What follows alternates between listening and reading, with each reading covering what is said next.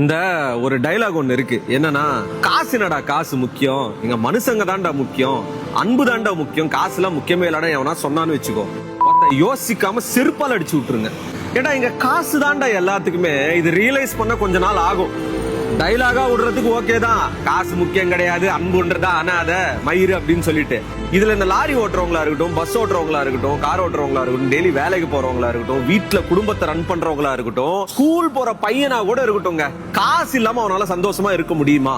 ரோட்ல போறோம் நம்ம மதிக்கலன்னா பரவாயில்ல, உங்ககிட்ட காசு இல்லனா கொஞ்ச நாளைக்கு தான் வீட்லயே மரியாதை. இந்த உலகத்திலே இருக்கிறத ஹார்ஷான ரியாலிட்டி இதுதான். சும்மா அன்பு ஒன்றுதான் அனாத, மனுஷங்க தான் முக்கியம், காசு முக்கியம், இதெல்லாம் யாரு தெரியுமா பேசுவாங்க? வாழ்க்கையில கோடி கணக்குல சொத்து சேர்த்து வச்சுட்டு இதுக்கு மேல என்ன பண்றதுனே தெரியாது அந்த காசை.